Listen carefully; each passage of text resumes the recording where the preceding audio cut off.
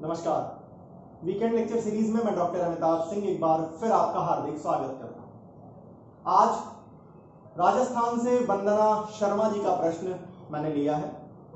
वंदना जी ने पूछा है कि एडवर्स पोजीशन किसे कहते हैं, एडवर्स पोजीशन का कॉन्सेप्ट क्या है, एडवर्स पोजीशन का स्टेटस क्या है, मतलब आप एडवर्स पोजीशन को कब इस्तेमाल कर सकते हैं और इसका रिश्ता क्या बनता है, इसको कैसे आप पढ़ेंगे जब आप पार्ट परफॉर्मेंस को देखते हैं section 53A transfer of property act.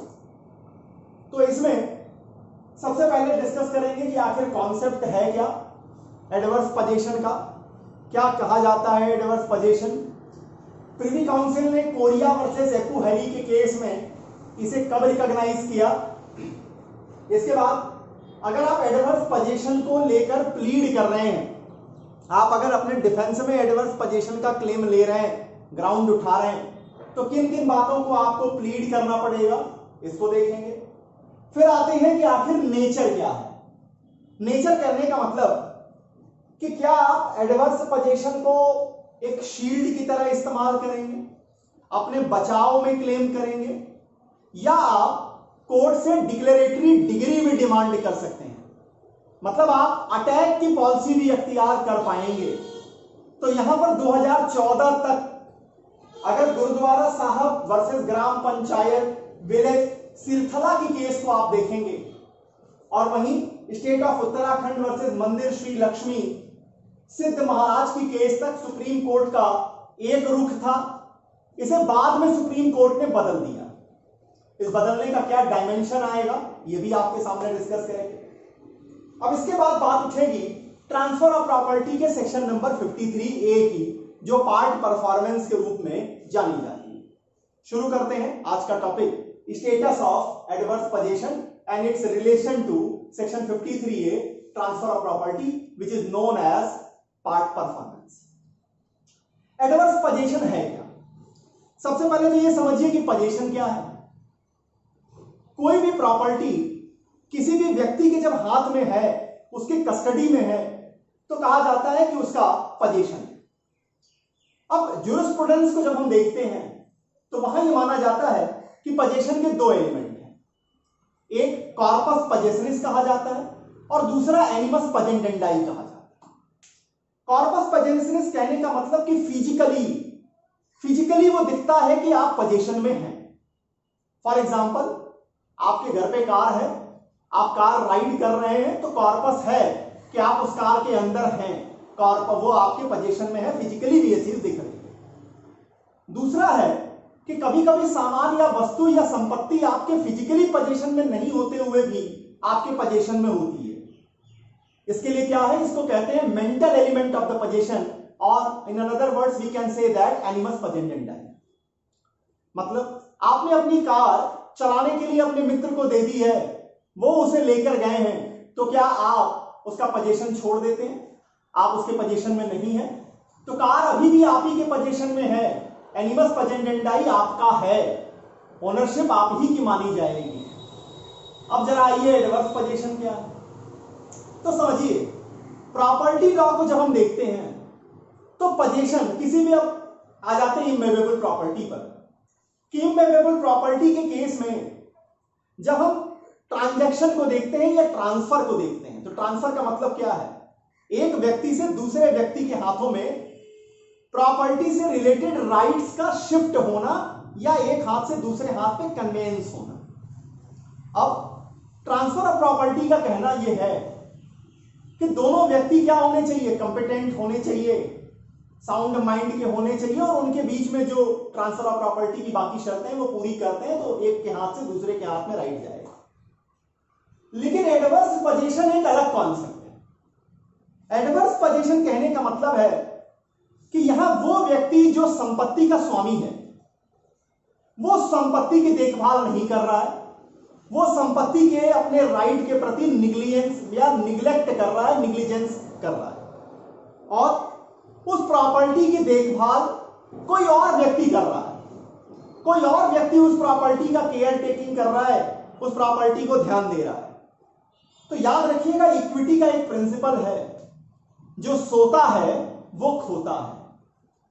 और हमारे नॉर्थ इंडिया में एक इसी सब पता नहीं, हमारे जो पूर्वज थे वो इतनी इक्विटी तो जानते हैं या नहीं मैं नहीं जानता, लेकिन हमेशा गांव में एक प्रोवर्ब इस्तेमाल किया जाता है, बाबू जो सोवत है सो खोवत है।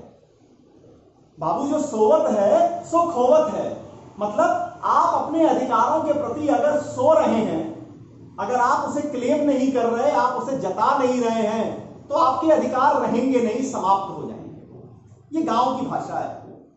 अब यहां पर आइए, तो कहते हैं कि जब किसी प्रॉपर्टी का रियल ओनर उस प्रॉपर्टी के लिए जो उसकी खुद की ड्यूटी है, क्या ड्यूटी है, उसको केयर कीजिए, उसको किसी भी तरह के अटैक से बचाइए, ये मालिक की तरह बिहेव कीजिए। देखिए बार बार इस बात पे एनिमस पजेंडेंडाई और कॉर्पस पजेशनिस को लेके आ रहा हूं कि सिर्फ मालिक होइए मत, मालिक की तरह नजर आइए, मालिक की तरह बिहेव कीजिए, तो प्रॉपर्टी आपकी है। अगर आप मालिक हैं लेकिन आपके अंदर मालिकाना गुण नहीं है, मतलब आप उस प्रॉपर्टी की देखभाल नहीं कर रहे, बिल्कुल केयरलेस पड़े हुए हैं, बिल्कुल निग्लेक्ट कर रहे हैं, तो जो कोई उसको ध्यान देगा, उसको केयर करेगा, अगर एक निश्चित समय तक वो उसे केयर कर रहा है, तो अब जो वास्तविक स्वामी है उसको वो प्रॉपर्टी क्लेम करने से रोक दिया जाएगा। इसी को हम एडवर्स पजेशन कहते हैं। और ये कॉन्सेप्ट आज का नहीं है, 2000 साल पुराना है, बहुत पुराना कॉन्सेप्ट है। वैसे ही समझ लीजिए 2000 साल पुराना है तो कितने दिनों से ये हमारे समाज में है। इसका मतलब कि हर समय ऐसे लोग पाए जाते रहे हैं।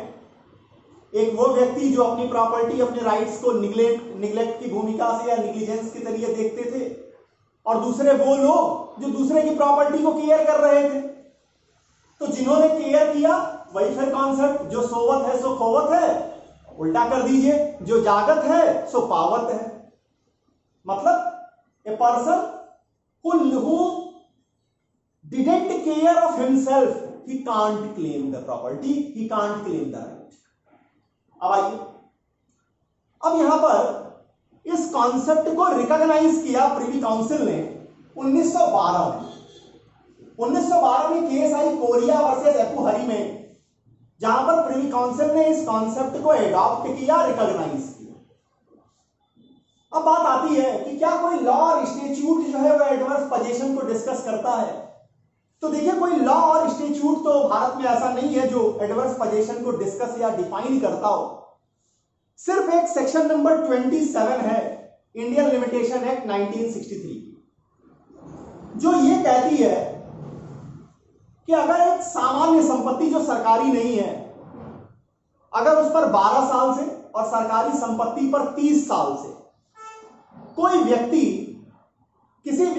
व्यक्ति जो है वो पजेशन रखे हुए, अपना अधिकार रखे हुए है, तो जो उस संपत्ति का वास्तविक स्वामी है, वो सामान्य मतलब गैर सरकारी संपत्ति के केस में 12 साल बीत जाने पर और सरकारी संपत्ति में 30 साल बीत जाने पर अब उस प्रॉपर्टी पर अपना दावा नहीं कर सकेगा। मतलब सेक्शन 27 जो है वो रिकॉग्नाइज कर रही है किस चीज को, एडवर्स पजेशन को। कितने साल में? अगर हमारी आपकी संपत्ति का मैटर होगा तो 12 साल, और अगर सरकारी संपत्ति होगी तो 30 साल। 30 साल का समय याद रखिएगा। अब समझिए, इसको बाद में सुप्रीम कोर्ट ने यह जरूर कहा कि अब इसे बढ़ा देना चाहिए, 12 को 30 कर देना चाहिए और 30 को 50 कर देना चाहिए, लेकिन वो अभी केवल संस्तुति है। आइए, तो कहते हैं कि एडवर्स पोजीशन कहने का मतलब कि एक संपत्ति आपकी है, परंतु उस संपत्ति पर अधिकार कोई और व्यक्ति जता रहा है और आपको इसकी जानकारी है, लेकिन फिर भी आप विरोध नहीं कर रहे, अपने अधिकारों को क्लेम नहीं कर रहे, और ऐसा पिछले 12 साल से ज्यादा समय से हो चुका है। तो अब आपको उस प्रॉपर्टी पर अपने अधिकार आपके खो जाएंगे और दूसरे व्यक्ति को अधिकार मिलेंगे एडवर्स पोजीशन रखने के कारण। ध्यान दीजिएगा।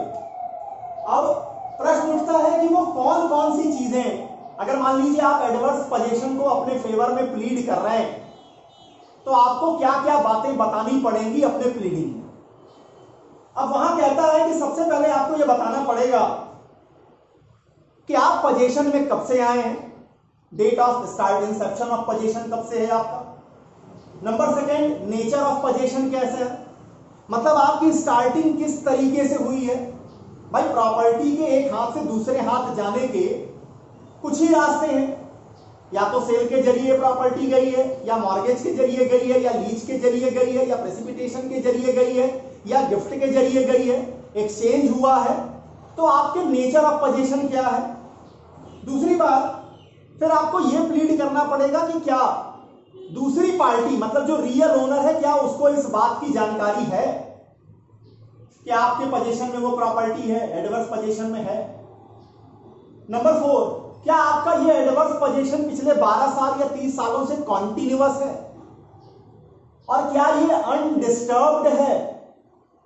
अगर आप इतनी चीजों को प्लीड कर देते हैं, इतनी चीजों को स्पष्ट कर देते हैं, क्या क्या कि आखिर आपका एडवर्स पोजीशन शुरुआत कब से हुई, उसका नेचर क्या है, क्या इसकी जानकारी अपोनेंट को है, क्या ये अनडिस्टर्ब्ड है, क्या ये कॉन्टिन्यूअस है, क्या ये पीसफुल है। अगर इतनी चीजों को आपने स्पष्ट कर दिया तो 12 साल और सरकारी संपत्ति के केस में 30 साल बीत जाने पर एडवर्स पोजीशन को आप क्लेम कर सकते हैं। अब जब बात उठती है कि क्लेम कर सकते हैं, तो यहां पर एक नेचर का झगड़ा शुरू होता है कि मान लीजिए रियल ओनर हमें उस प्रॉपर्टी से हटाने जा रहा है, तो हम क्या बनेंगे, डिफेंडेंट बनेंगे, रक्षा करेंगे अपनी। तो क्या ये एडवर्स पोजीशन हम रक्षक की तरह इस्तेमाल करेंगे, we can use it as our defence, और we can claim by the court to provide a declaratory degree in my favour. अब प्रश्न ये है कि क्या एडवर्स पोजीशन के जरिए हम केवल अपने जो पोजीशन मेरा है हम इसको सुरक्षित रख सकते हैं, या 12 साल बीत गया है, सरकारी संपत्ति के केस में 30 साल बीत गया है, तो हम कोर्ट चले जाएं और कोर्ट से डिक्लेरेटरी डिग्री मांग लें। डिक्लेरेटरी डिग्री मतलब स्पेसिफिक रिलीफ एक्ट के सेक्शन 36 से 42 में डिक्लेरेटरी डिग्री की बात की गई, जहां पर आप कोर्ट से ये ऑर्डर मांगते हैं कि किसी संपत्ति के केस में यह डिक्लेयर किया जाए कि आपको इस पर अधिकार बनता है, उस अधिकार के नेचर सारी चीजों को वो डिक्लेयर करके दे। तो अब यहां इसके नेचर को लेकर के देखिए, सुप्रीम कोर्ट में चीजें बदली हैं। कैसे? पहली केस आती है गुरुद्वारा साहब वर्सेस ग्राम पंचायत विलेज सिरखला की, 2014 का मुकदमा है इस केस में, और स्टेट ऑफ उत्तराखंड वर्सेस मंदिर श्री लक्ष्मी सिद्ध महाराज के केस में, ये 2017 का मुकदमा है। इन दोनों ही केसेस में सुप्रीम कोर्ट ने यह कहा कि the ground of adverse possession can be pleaded as a matter of defence. आप क्या कर सकते हैं, इसे शील्ड की तरह इस्तेमाल कर सकते हैं, डिफेंस में इस्तेमाल कर सकते हैं। मतलब अगर रियल ओनर आपको प्रॉपर्टी से डिस्पजेस करने की कोशिश कर रहा है, आपसे प्रॉपर्टी वापस लेना चाहता है, तो आप एडवर्स पोजीशन को क्लेम कर सकते हैं, आप एडवर्स पोजीशन को प्लीड कर सकते हैं। लेकिन सुप्रीम कोर्ट का यह रुख चेंज हो गया। चेंज हुआ किस केस में, यह केस इंपॉर्टेंट है, ध्यान दीजिएगा। रविंदर कौर ग्रीवाल वर्सेस मंजीत कौर का मुकदमा आता है 2018-19। तो यहां रविंदर कौर ग्रीवाल वर्सेस मंजीत कौर के केस में सुप्रीम कोर्ट ने आर्टिकल 65 इंडियन लिमिटेशन एक्ट के शेड्यूल 1 कॉलम 1 और 3 को मिलाया और पढ़ा, और वहां पर अब जाकर सुप्रीम कोर्ट ने यह कहा कि देखिए जो पीरियड बताया गया है 12 साल का, 30 साल का, अगर वो समय अवधि पूरी हो चुकी है और व्यक्ति ट्रेसपासर नहीं है, तो अगर उस व्यक्ति का पोजीशन रियल ओनर के खिलाफ में किसी प्रॉपर्टी के ऊपर बना और वो समय 12 साल और 30 साल का बीत चुका है, तो इसका मतलब कि आर्टिकल 65 कॉलम 1 और 3 जो लिमिटेशन एक्ट का दिया हुआ है, उसमें कहीं भी ऐसी रिस्ट्रिक्शन नहीं है कि एडवर्स पोजीशन के नाम पर, एडवर्स पोजीशन को प्लीड करते हुए वह व्यक्ति जिसका पोजीशन है वो डिक्लेरेटरी डिग्री की डिमांड नहीं कर सकता है। इसका मतलब वो डिक्लेरेटरी डिग्री डिमांड कर सकता है। मतलब आज के दिन अगर करंट सिचुएशन की हम बात करें तो एडवर्स पोजीशन को आप डिफेंस के रूप में भी इस्तेमाल कर सकते हैं और आप इसको अटैक के लिए भी ग्राउंड बना सकते हैं। अब आते हैं जो वंदना जी ने प्रश्न पूछा है कि सेक्शन 53A के साथ इसका क्या रिश्ता है। अब समझिए 53A क्या कहता है। देखिए section 53A transfer of property part performance जो है, इस पर मेरा एक फुल फ्लेज लेक्चर बना हुआ है जिसे आप मेरे transfer of property lecture series में जाकर के देख सकते हैं। यहां मैं एक शॉर्ट समरी आपके सामने रख रहा हूं कि ट्रांसफर ऑफ प्रॉपर्टी में जब आप सेक्शन 5 और 7 को पढ़ेंगे अलॉन्ग विद सेक्शन 3, तो वो ये कहता है कि अगर इमूवेबल प्रॉपर्टी से रिलेटेड कोई ट्रांजैक्शन किया जा रहा है और वो ट्रांजैक्शन अगर सेल का है और प्रॉपर्टी की वैल्यू 100 रुपीज या उससे ज्यादा है इमूवेबल प्रॉपर्टी की, then the transaction of sale shall be in registered as well as in registered mode, shall be in written and registered mode. Lease के केस में होगा तो क्या होगा? लीज के केस में कहा गया कि if the lease, जो आपकी लीज है वो 1 साल या 1 साल से ज्यादा है, एग्रीकल्चर पर्पज के लिए है, परमानेंट पर्पज के लिए है, तो यहां भी वो रिटर्न में होगी और रजिस्टर्ड होगी। गिफ्ट के केस में इमूवेबल प्रॉपर्टी की गिफ्ट हर हालत में रजिस्टर्ड, रिटर्न और रजिस्टर्ड होगी। एक्सचेंज में वैसे ही चलेगा जैसे आप सेल के केस में चलते हैं। मॉर्गेज में अलग अलग मॉर्गेज में यह बताया गया है कि कहां रजिस्टर्ड होगा, कहां पर आपको रजिस्ट्रेशन जरूरी है, कहां नहीं है। सिंपल मॉर्गेज हमेशा रजिस्टर्ड होगा, टाइटल डीड सरेंडर मॉर्गेज कभी रजिस्टर्ड नहीं होगा, और बाकी मॉर्गेज जो है अगर वैल्यू 100 या 100 से ज्यादा है तो रजिस्टर्ड होगा। अब देखिए, अब इसमें ध्यान देना पड़ेगा सेक्शन 17 को लेकर के जो इंडियन रजिस्ट्रेशन एक्ट है। वो ये कहता है कि अगर ट्रांसफर ऑफ प्रॉपर्टी का कोई ट्रांजैक्शन किया गया, सेल किया गया, मॉर्गेज किया गया, गिफ्ट किया गया, लीज किया गया, और सेक्शन 17 ने बता रखा है कि उसे रिटर्न होना चाहिए, रजिस्टर्ड होना चाहिए, तो अगर वो रजिस्टर्ड नहीं है तो वहां पर कोई राइट ड्यूटी क्रिएट नहीं होगी और कोई राइट ड्यूटी डिस्ट्रॉय नहीं। लेकिन भारत की स्थिति को समझिएगा, इंग्लैंड में भी मेडिसन वर्सेस एल्डरसन के केस में 1833 में पार्ट परफॉर्मेंस को रिकॉग्नाइज किया गया था। क्यों? क्योंकि प्राचीन समय में लोग क्या करते थे, केवल बातों के ऊपर ही बड़े बड़े फैसले ले लेते थे। लिखने का बहुत ज्यादा कोई इंपॉर्टेंस पहले के लोग नहीं मानते थे। और भारत में तो अशिक्षा के कारण, गरीबी के कारण और जमींदारी की प्रथा के कारण यह चीज और ज्यादा देखने में लगी कि एक्स ने वाई से ओरल तरीके से ही प्रॉपर्टी का ट्रांजैक्शन किया, वाई ने प्रॉपर्टी का पोजीशन दे दिया, एक्स रह रहा है। अब एक्स ये मांग ही नहीं रहा, बोल ही नहीं रहा कि इसे लिखित में बना दो, इसे रजिस्टर्ड कर दो। तो एक्स और वाई मान लीजिए ईमानदार प्रकृति के रहे तो कोई दिक्कत नहीं आई, लेकिन बाद में एक्स और वाई दोनों मर गए। एक्स के हेयर्स ने क्या किया, वाई के हेयर्स को कहा कि भाई साहब प्रॉपर्टी खाली करो, आप प्रॉपर्टी पे कैसे आ गए? उन्होंने कहा कि नहीं, हमारे पिताजी ने, हमारे दादाजी ने आपके पिताजी दादाजी से खरीदी थी। तब उन्होंने कहा कि कागज दिखाइए। अब उनके पास कोई कागज था ही नहीं। तो इस तरह से लोग क्या थे, लोग दूसरे लोगों के कम जागरूक होने का, कम शिक्षित होने का फायदा उठा रहे थे, जिसके कारण इंग्लैंड में मेडिसन वर्सेस एल्डरसन के केस में इस कॉन्सेप्ट को लागू किया गया पार्ट परफॉर्मेंस के। वहां कहा गया, स्टैट्यूट ऑफ फ्रॉड बनाई गई, जिसके सेक्शन 4 में कहा गया कि अगर ट्रांजैक्शन ओरल भी है और प्रॉपर्टी का पोजीशन एक हैंड से दूसरे हैंड को ट्रांसफर किया जा चुका है, कंसिडरेशन दिया जा चुका है, तो वहां पर लॉ रिकॉग्नाइज करके चलेगा, जो ट्रांसफरी है उसके इंटरेस्ट को प्रोटेक्ट किया जाएगा। भारत में ऐसा कानून बनाने के लिए कमेटी ने रिपोर्ट दी और 1929 में 53A को ऐड किया गया। भारत में स्थिति थोड़ी दूसरी है। भारत में कहा गया कि the transaction must be in writing. ये जो आप जो भी कर रहे हैं, ये ट्रांजैक्शन अगर रिटर्न में है, उस रिटर्न ट्रांजैक्शन के कंकरेंस में आपने प्रॉपर्टी का पोजीशन एक हाथ से दूसरे हाथ को दिया है, या अगर आप पहले से पोजीशन में है तो आपका पोजीशन कॉन्टिन्यूएंस में है और आपने कंसिडरेशन दे दिए हैं, कंसिडरेशन आप दे चुके हैं या देने के लिए तैयार हैं, तो ऐसे सर्कमस्टांसेस में सेक्शन 53A आपके इंटरेस्ट को, अगर मान लीजिए कि जो ट्रांसफरर है वो आपको अब प्रॉपर्टी से डिस्पोजेस करना चाहता है इस ग्राउंड पर कि उस डीड का रजिस्ट्रेशन नहीं था, तो उसको ऐसा करने से रोक दिया जाएगा।